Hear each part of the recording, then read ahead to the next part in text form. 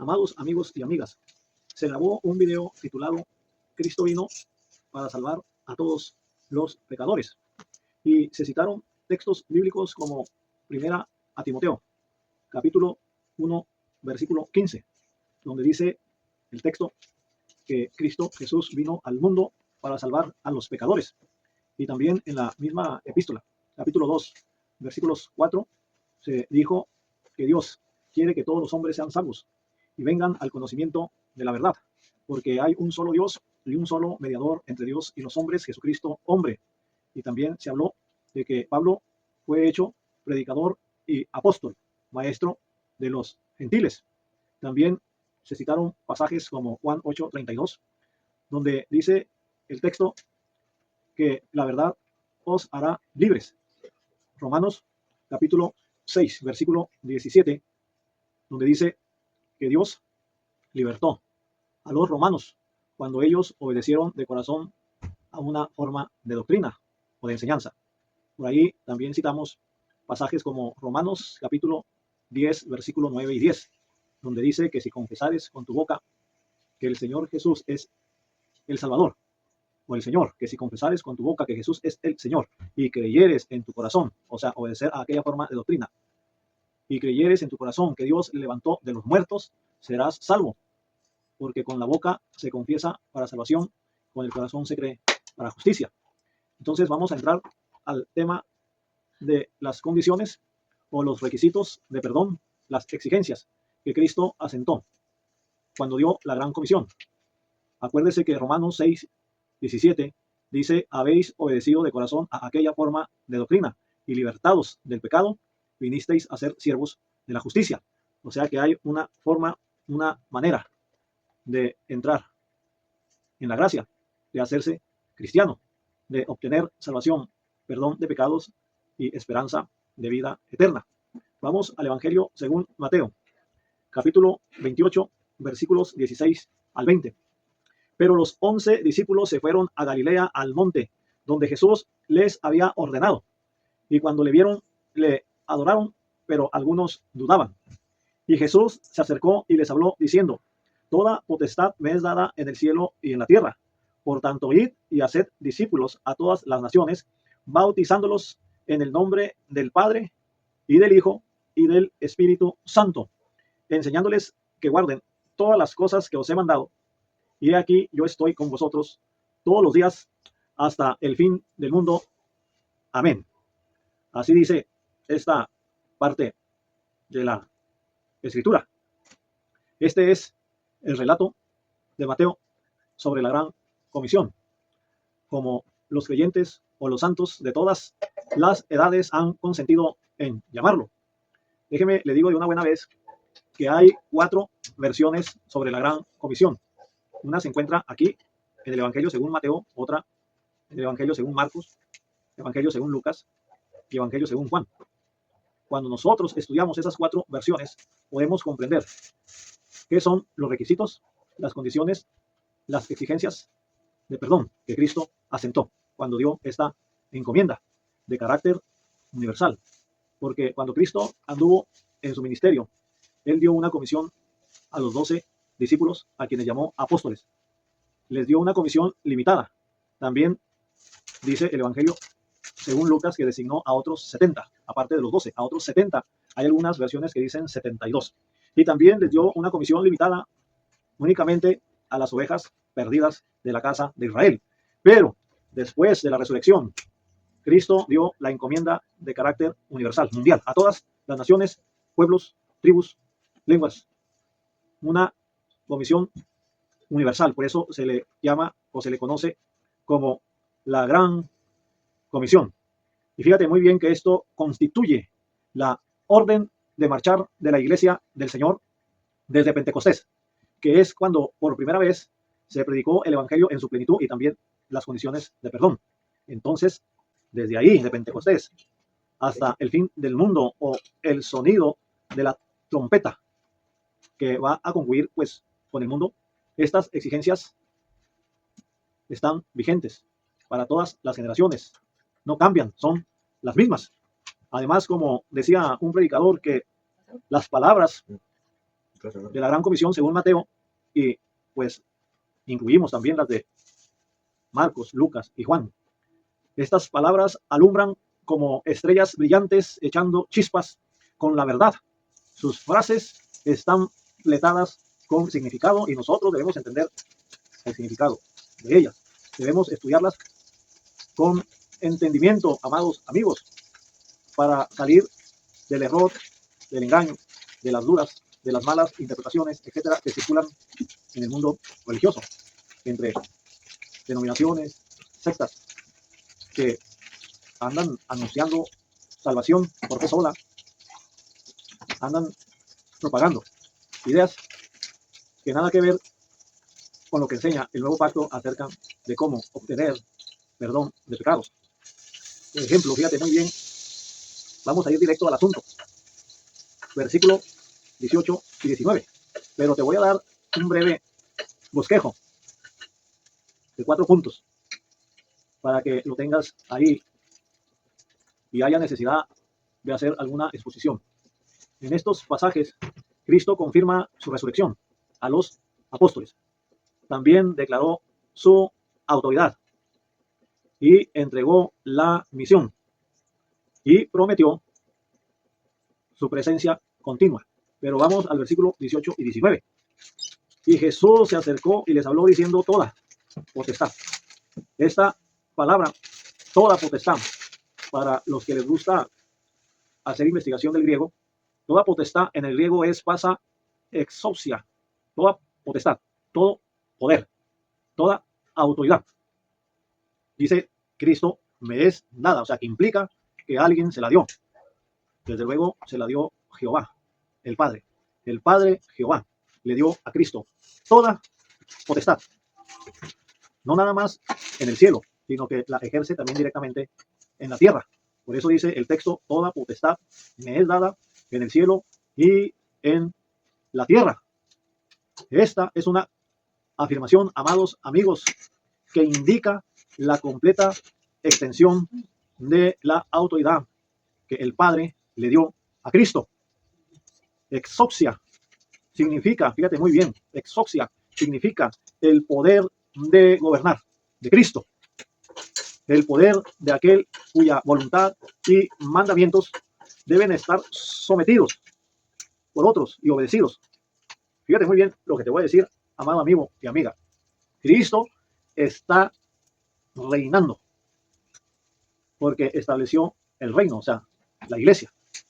Cristo dijo en Mateo 16, 18 y 19, sobre esta roca edificaré mi iglesia. Y luego en el 19 le dice a Pedro, y a ti te daré las llaves del reino de los cielos. Ese reino vino con poder. Según Marcos 9:1, Cristo dijo a la gente a quienes estaba predicando, estando ahí los apóstoles, de cierto os digo que hay algunos de los que están aquí que no gustarán la muerte hasta que hayan visto el reino de Dios venido con poder. Y ese poder es el poder del Espíritu Santo. En el libro de los Hechos, capítulo 1, versículo 8, Cristo les dijo, pero recibiréis poder cuando haya venido sobre vosotros el Espíritu Santo y me seréis testigos en Jerusalén, en toda Judea, en Samaria y hasta lo último de la tierra. El libro de los Hechos es el cumplimiento de esa encomienda. Y en Hechos capítulo 2, que se le conoce como el día de Pentecostés, los apóstoles recibieron el poder. Fueron investidos de poder desde lo alto, o también se dice fueron bautizados con o en el Espíritu Santo. Y ese día de Pentecostés, Hechos capítulo 2, se establece el reino. Y desde ese momento Cristo está reinando. Por eso Cristo dice, toda potestad, todo poder me es dada en el cielo y en la tierra. O sea, la extensión de la autoridad de Cristo es completa. Fíjate muy bien, todos los poderes del cielo y de la tierra están en la mano de Jesús para cumplir sus órdenes sin cuestionamiento ni pausa. Fíjate muy bien lo que dice primera a los Corintios referente al reino. El reino se estableció en el día de Pentecostés, Hechos capítulo 2. Y Cristo desde ese día hasta hoy y hasta el fin del mundo está reinando. Reinará. Pero vamos a leer primera a los Corintios capítulo 15, versículos 25 al 28.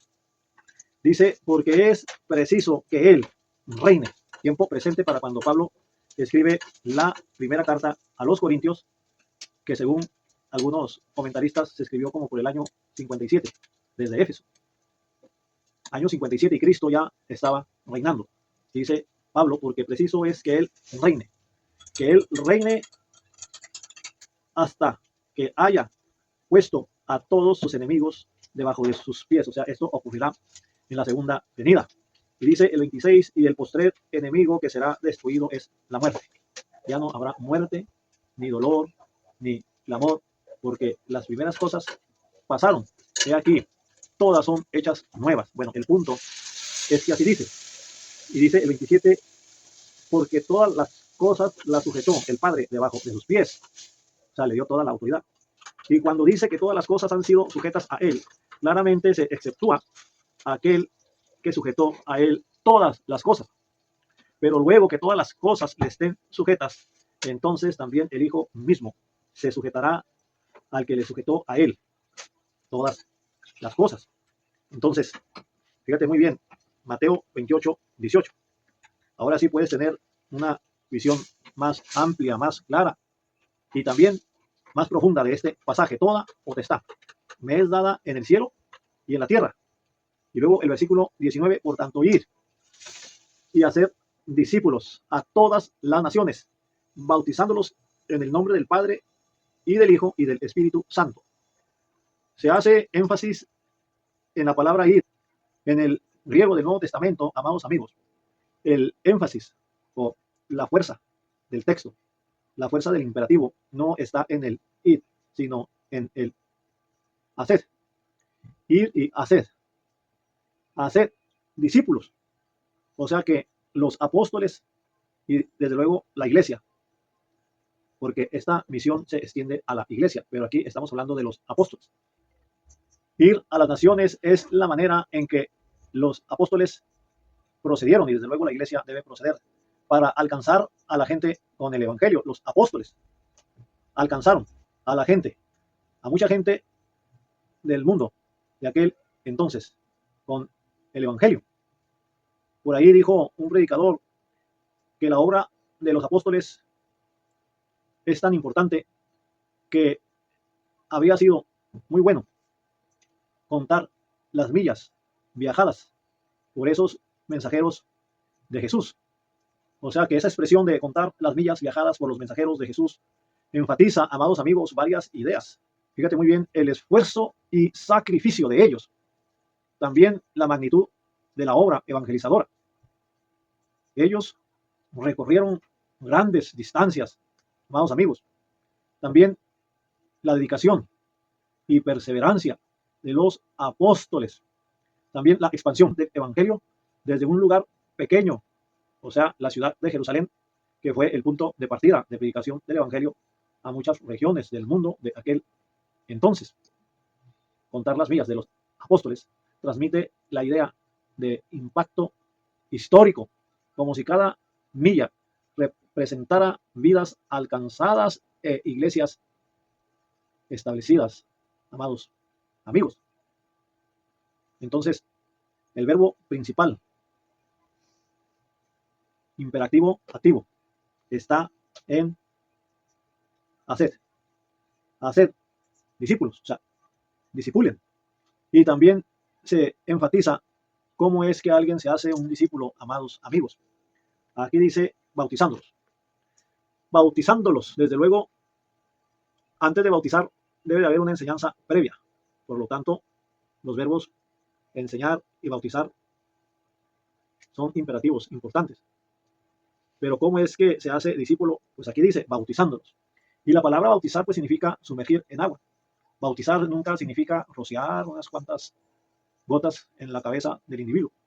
Ni tampoco está implicando aquí a bebés que no están ubicados en espacio, persona y tiempo, sino se está refiriendo a personas que ya desarrollaron su yo, que ya tienen capacidad de comprender con su mente, su intelecto, el mensaje de salvación, personas que ya desarrollaron el conocimiento del bien y del mal y que han pecado. Una persona que ya desarrolló conocimiento del bien y del mal, pues está en condiciones para quebrantar la ley de Dios. según 1 de Juan 3:4. El que infringe la ley comete pecado, porque el pecado es infracción de la ley de Dios. Y Romanos 3:23 dice, por cuanto todos pecaron y están destituidos de la gloria de Dios. Y Romanos 6:23 dice que la paga del pecado es muerte, mas la dádiva de Dios es vida eterna en Cristo Jesús. Entonces, bautizarse para hacerse discípulo o cristiano es esencial, es necesario. Desde luego que cuando estudiamos las otras versiones sobre la Gran Comisión, vemos que está el requisito de oír el Evangelio, creer el Evangelio, arrepentirse de los propios pecados, confesar la deidad de Cristo y bautizarse para perdón de pecados y bautizarse por inmersión, porque la palabra bautismo en el griego significa sumergir. Nunca es rociar, esparcir, sino significa sumergir en agua. Y aquí dice Cristo en el nombre del Padre y del Hijo y del Espíritu Santo. O sea, por la autoridad. En el nombre de significa por la autoridad de la deidad, el Padre, el Hijo y el Espíritu Santo. Un predicador enfatizaba la importancia de este mandamiento. Es el único mandamiento, el de bautizar. Fíjate muy bien, que es dado y mandado a hacerse en el nombre del Padre y del Hijo y del Espíritu Santo. Te lo vuelvo a repetir. Único mandamiento en toda la Biblia, que se da y se manda a hacer en el nombre del Padre y del Hijo y del Espíritu Santo, indicando la importancia y la solemnidad de dicho mandamiento. Y este texto no está en contradicción con Hechos 2:38, donde Pedro les dijo, y bautícese cada uno de vosotros en el nombre de Jesucristo para perdón de los pecados. Ahí Hechos 2:38, en el nombre de Jesucristo, significa por la autoridad de Cristo, como Cristo manda a los apóstoles. Acuérdese que es Cristo quien manda a los apóstoles y no los apóstoles mandan a Cristo. Cristo es el que tiene toda autoridad en el cielo y en la tierra. Cristo es el que recibió del Padre toda potestad, todo poder, y es el que está reinando. Además, los apóstoles no enseñaron que Jesús es el Padre, que Jesús es el Espíritu Santo. Esa idea ya vino después, es una doctrina errónea, es una doctrina falsa, y la andan propagando los de la Iglesia Luz del Mundo, los apostólicos de la fe en Cristo Jesús y algunos grupos pentecostales que ellos te dicen, no, Jesús es el Padre, Jesús es el Espíritu Santo, misma persona. Esa es una doctrina equivocada, engañosa, mentirosa. Entonces Cristo manda bautizar en el nombre, por la autoridad del Padre, del Hijo y del Espíritu Santo. Y después de ser bautizado, debe seguir aprendiendo todo lo que el Señor Jesús ha mandado. Por eso dice el 20, enseñándoles que guarden todas las cosas que os he mandado. Conforme se estudia la Sagrada Escritura, se van descubriendo verdades y exigencias, demandas de Cristo. Conforme uno las va descubriendo sin titubear, hay que acatarlas. ¿Estás dispuesto, amado amigo, amada amiga, a hacerte discípulo o cristiano? Bautizándote, haciéndote bautizar. Como dice aquí Mateo 28:19, ¿estás dispuesto a hacerlo, amado amigo, amiga? Ponte en contacto con tu servidor. Dios te bendiga y hasta la próxima.